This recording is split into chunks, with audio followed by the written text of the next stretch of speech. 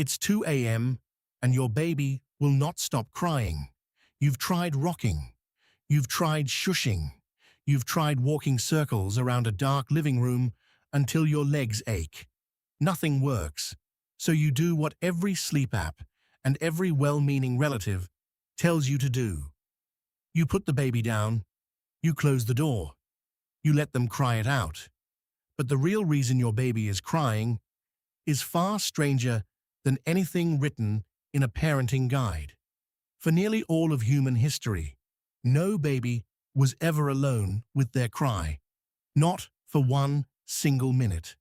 To understand why, you have to go back further than you'd expect, not to a particular tribe or a particular century, but to the moment our species' bodies and brains were shaped. And the story starts with a problem most people never think about. Human babies are born broken. That sounds harsh. It isn't meant to be cruel. It's biology. Compare a human newborn to almost any other primate. A baby chimpanzee can grip its mother's fur within hours. A baby gorilla can hold its own head up within days.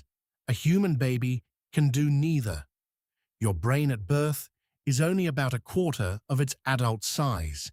You can't regulate your own temperature. You can't digest much beyond milk. You can't even hold your own head steady for months.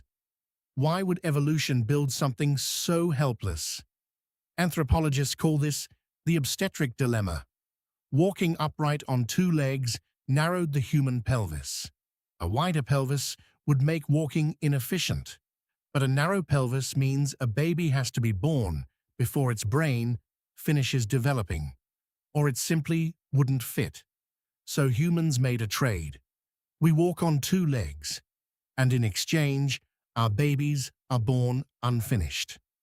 Some researchers call the first 3 months after birth the fourth trimester, because in every meaningful sense, your baby is still being built, outside the womb, but not yet ready for the world. So what happens to an unfinished brain dropped into a body that can't move, can't speak, and can't survive alone? It needs something outside itself to keep regulating it. Heat, heartbeat, breath, calm. And for 300,000 years, that something was a body pressed against another body almost all the time.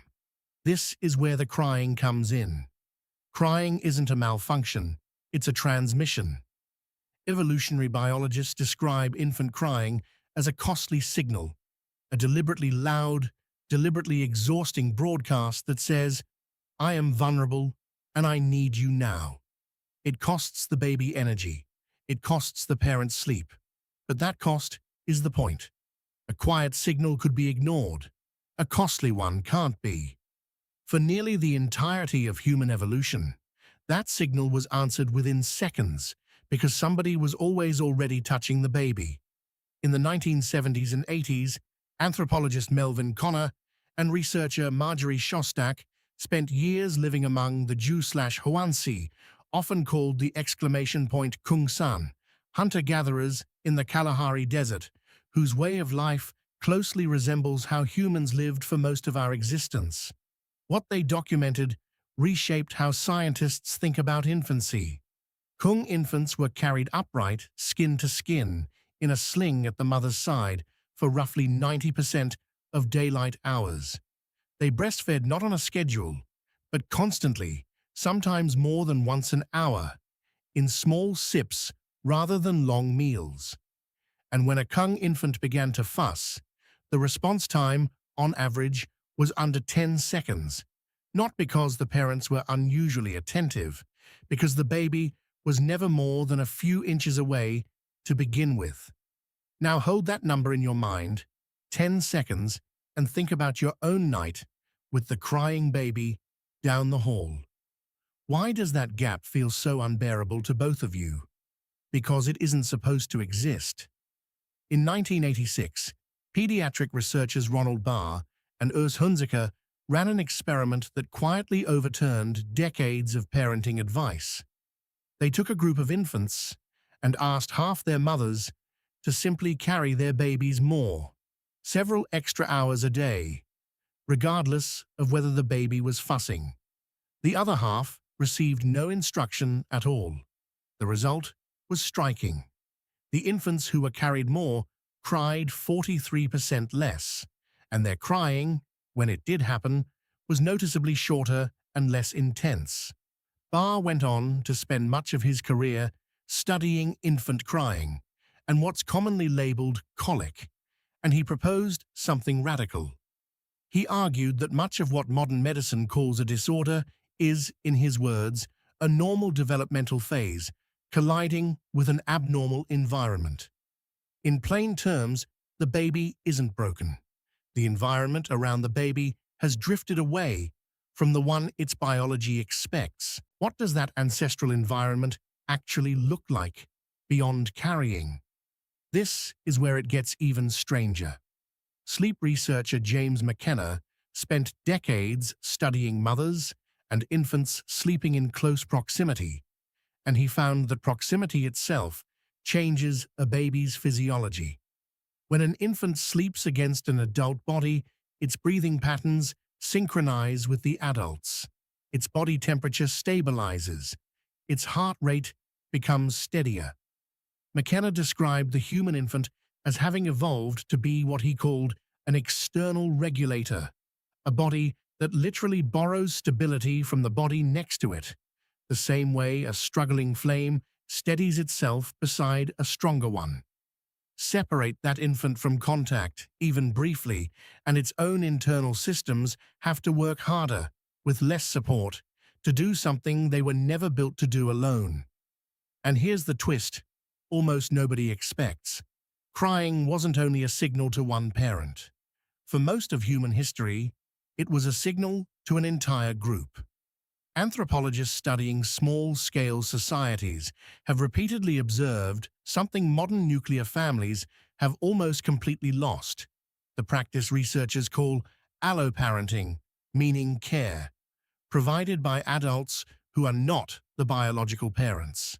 Grandmothers, older children, aunts, unrelated members of the band, all of them held infants, soothed infants, and responded to infants' distress throughout the day. In many traditional societies studied by anthropologists, infants were held by someone other than their mother for a significant portion of waking hours, sometimes passed between 6 or more different caregivers before nightfall.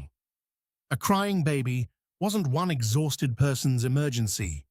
It was the camp's collective responsibility.